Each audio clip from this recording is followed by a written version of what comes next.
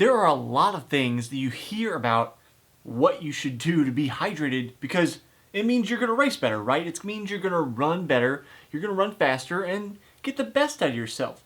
But there's also a lot of hydration myths surrounding racing and running and performing. So today, we're going to go over the top 5 hydration myths that need to be busted.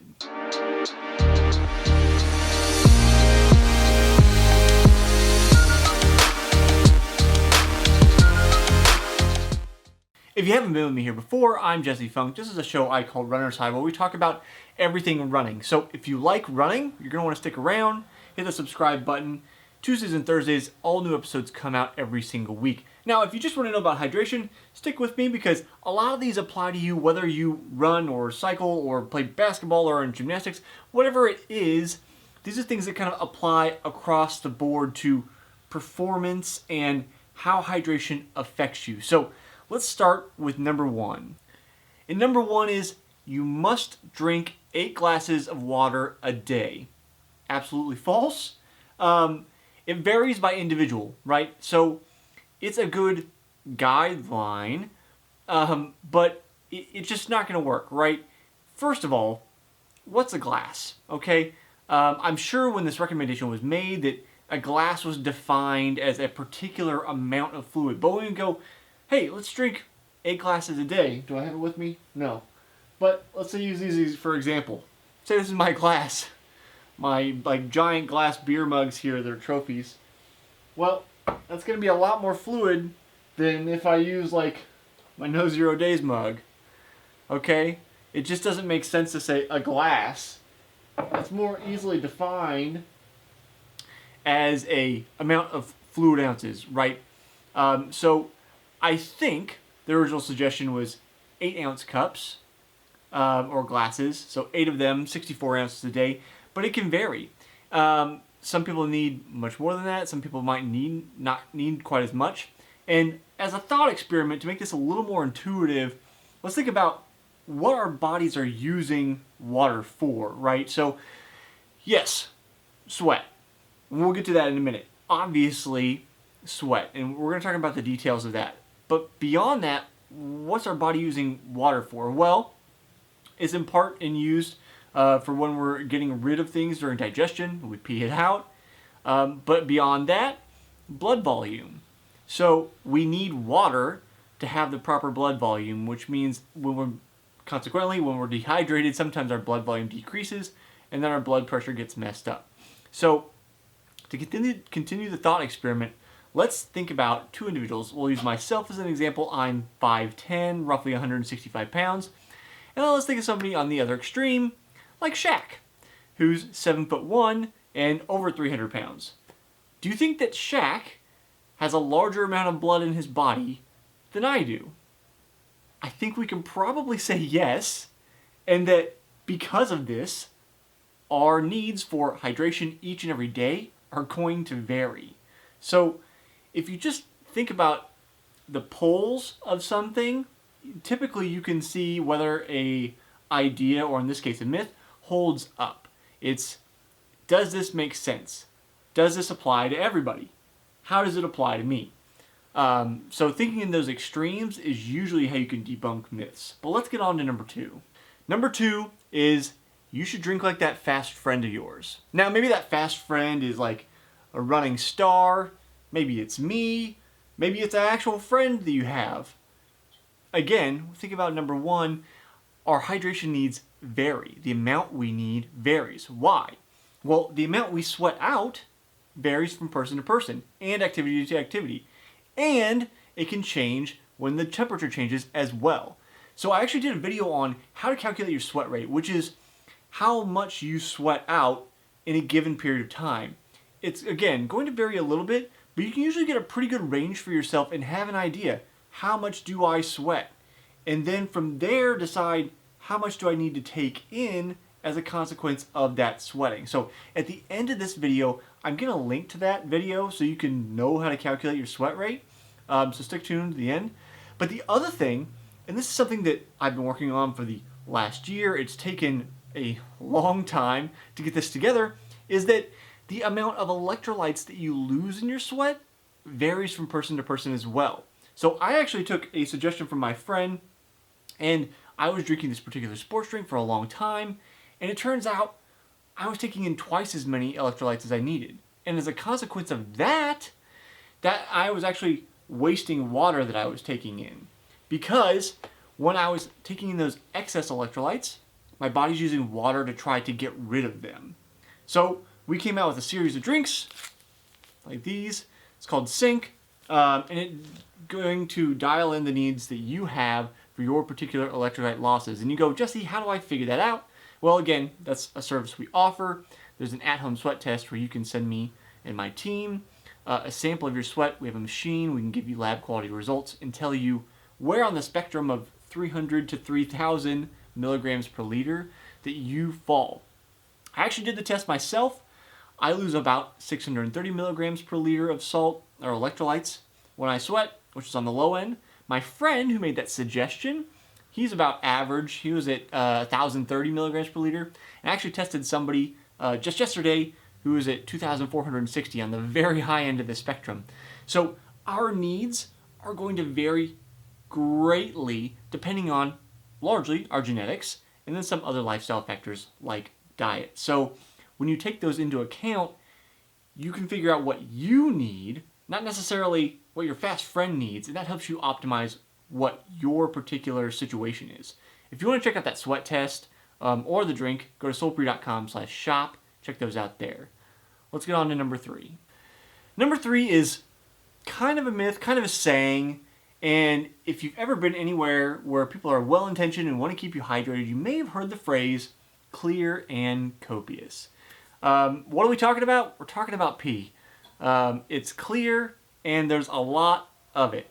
So this is a myth because you don't actually need your pee to be clear to be hydrated. And if it is, you actually may be taking in too much water and diluting the balance inside your body of the electrolytes and cell fluids and blood volume, all the things that are osmotically regulated. So all the things that where water flows into and out of the cell, there's a particular balance that your body likes. So if you're taking in too much, then that can disrupt that balance. Now, this was a phrase that we used at Scout Camp because, at least in this part of the country, the Midwest, it is hot and humid in the summertime.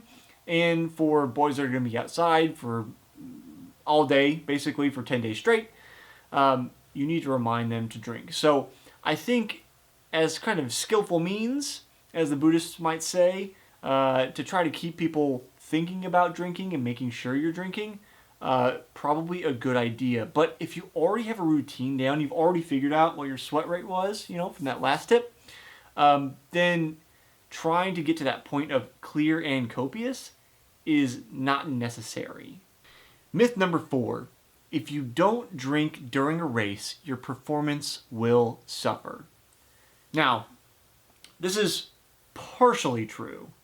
So, again, it depends. And that's what we talk about on this channel all the time, right? It depends. And the various situations of it depends. So subscribe if you like getting into the nitty-gritty. But what factors are involved in knowing, do I need to drink for this particular race? Well, length of the race is a good thing, right? To know how long am I going to be out for, number one. So for me, I specialize kind of in 5K, 10K now. I did triathlon for a long time, trying to get my professional license post-college where I ran collegiately.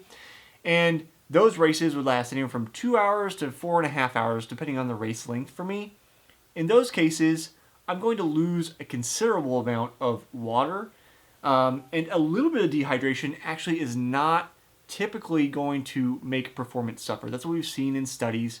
But we know that there is a point where you lose enough water volume and electrolytes that your muscles don't perform at the same capacity as they did before for various reasons. So again, 5K, 10K, short for me. 5K this year, 17-ish minutes. Maybe we can get me back into the high 16s. I shouldn't be drinking for that race. It's very short. There's pretty much no reason besides trying to slow myself down. Similar with a 10K, 35, 36 minutes, something in that range.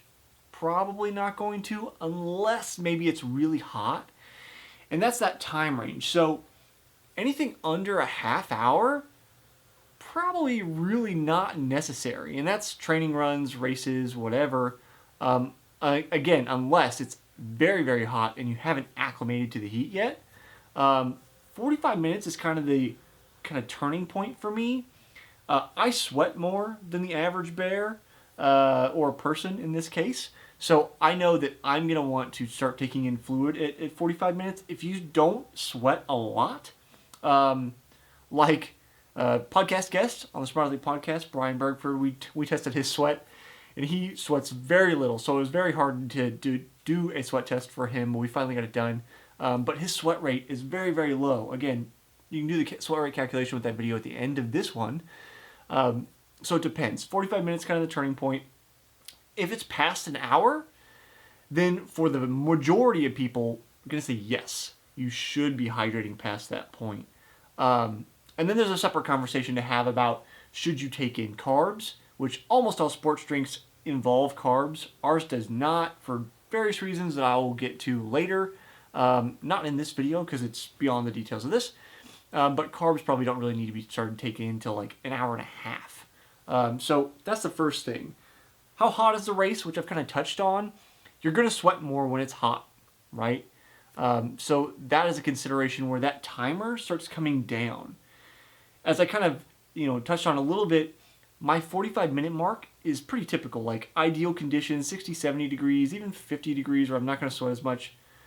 45 minutes, that's where I'm starting to think about it. But if I'm out racing and it's, I don't know, 90 degrees, I don't know why I'm racing when it's 90 degrees, but if it is for some reason, I'm probably going to start thinking about it much earlier.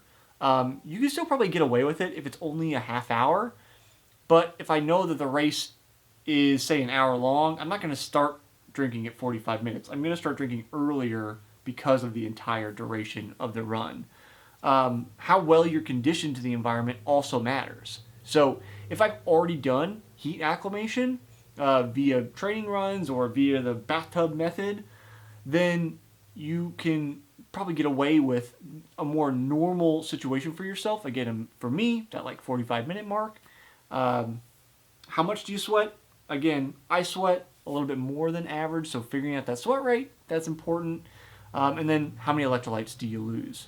So if you sweat a lot, like I do, but then lose very little electrolytes, again, like me, you might have more wiggle room in certain situations than somebody who, like the person I tested the other day, who lost like 2,400 milligrams per liter of their electrolytes.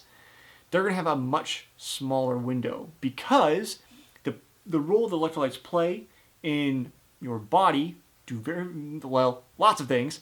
But what we're interested in particular is like muscle firing and then also neuron function.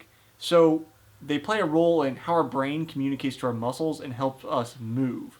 So when we lose too many of them, or if in your case you lose a lot of them compared to normal people, or average, not normal, like that person I tested the other day, then drinking earlier for a race that's going to go on for a little bit of time is probably going to be a good consideration for you. Again, soulbrew.com/shop. You can check out that sweat test. We can give you that number and sweat rate calculation at the end of this video. But let's get on to number 5. Our fifth and final myth is you can't overhydrate. Now, this is something that you would think somebody who produces a sports drink goes, no, you absolutely want to drink as much. No, you don't want to absolutely drink as much as you possibly can. You absolutely can overhydrate. There was a case in the 80s where it was happening more often.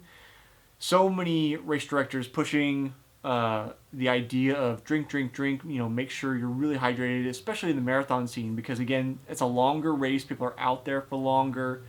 And people were basically consuming just water at that time. Gatorade was on the scene, but not as big as it is today, and there are not as many diverse options in sports drinks as there are today. So what was happening, again, this is rare, so I don't want to seem like I'm fear-mongering here, but it's an example of what can happen, is that people were drinking a lot of water on the course. They were still feeling like thirsty and muscle crampy and dizzy, and they're like, oh, these are symptoms of dehydration. I need to drink more. And then they would drop dead somewhere along the race or at the finish line. It's a condition that can be severe called hyponatremia, which is basically saying you're overhydrated. So remember, at the very beginning of this video, I talked about how there is a osmotic balance, so a balance of water inside your cells and extracellular fluids, so all the fluids around the cells that your body likes. And part of that has to do with the balance of electrolytes and other constituents in your body as compared to that cellular and extracellular fluid. When you increase the amount of water your body is taking in, then you can upset that balance.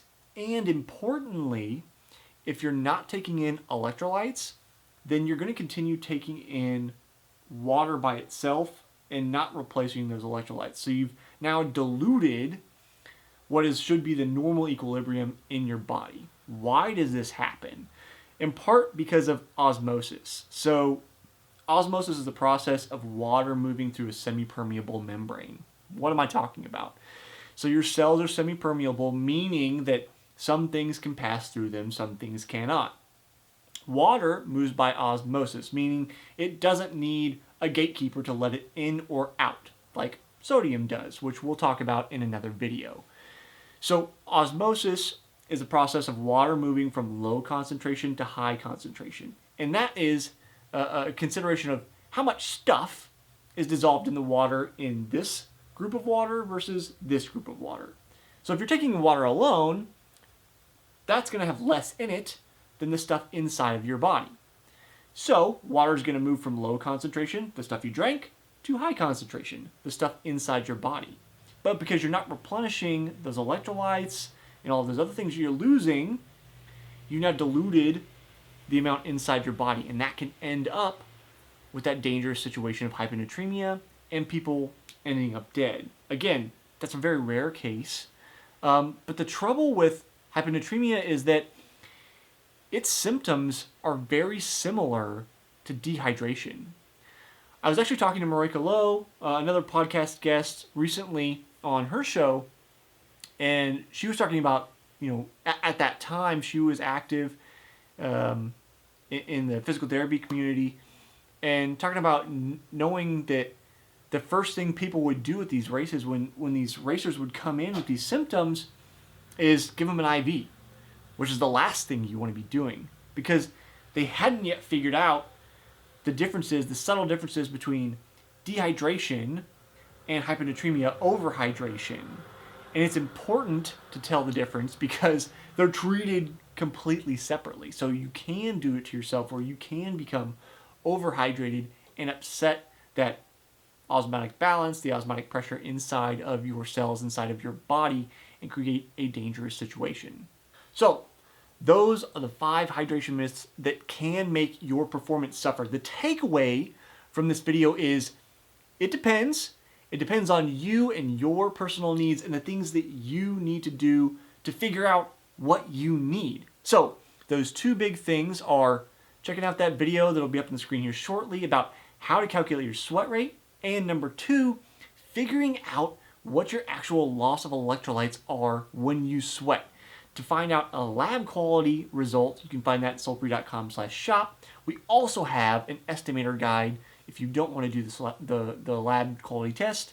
It'll give you a rough range of where you probably fall on that spectrum. So check out that video, figure out what your sweat rate is, and that'll be helping you towards figuring out exactly what you need to hydrate for your best performance. I'll see you next time on the next episode of Runner's High.